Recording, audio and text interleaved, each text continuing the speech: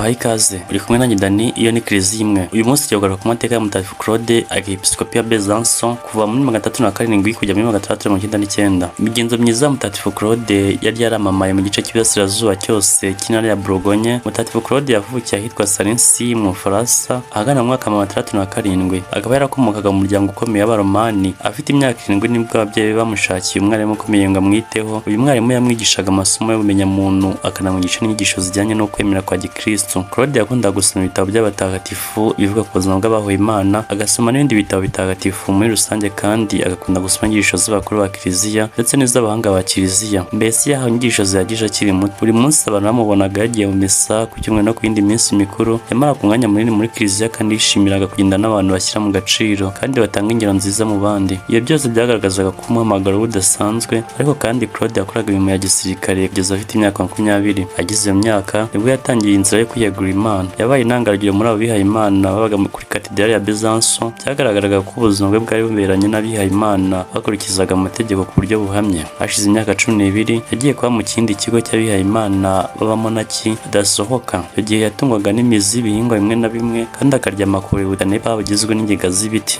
Yakundaga isengesho cyane. Hashize imyaka 5 yatorewe kuba umuyobozi w'icyo kigo cy'abihaye Imana b'abamonaki. Amaze kugira imyaka 78 yatorewe kuba Arkiyepiskopi wa Besançon, ariko yemeye umurimo n'amarira menshi. Ubwo episkopi yamazeho imyaka 7 kandi muri iyo myaka 7 yose yakoze uko ashoboye ngo yite ku ntama yaragijwe kandi abikora neza cyane. Inyigisho z'ubwepiskopi za Claude zari zinyuze umutima kandi zigafasha abantu benshi. Zatumaga abantu benshi bareka ingeso mbi, zikagarura abantu mu muryango ndetse no mu bunyangamugayo, kandi zavuguruye ukwemera imyitwarire myiza muri diyoseze.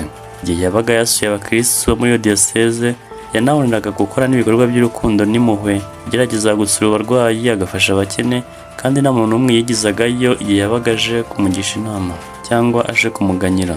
Amaze gusaza cyane byabaye ngombwa ko asubira muri cya kigo cy'amonaki yayoboraga.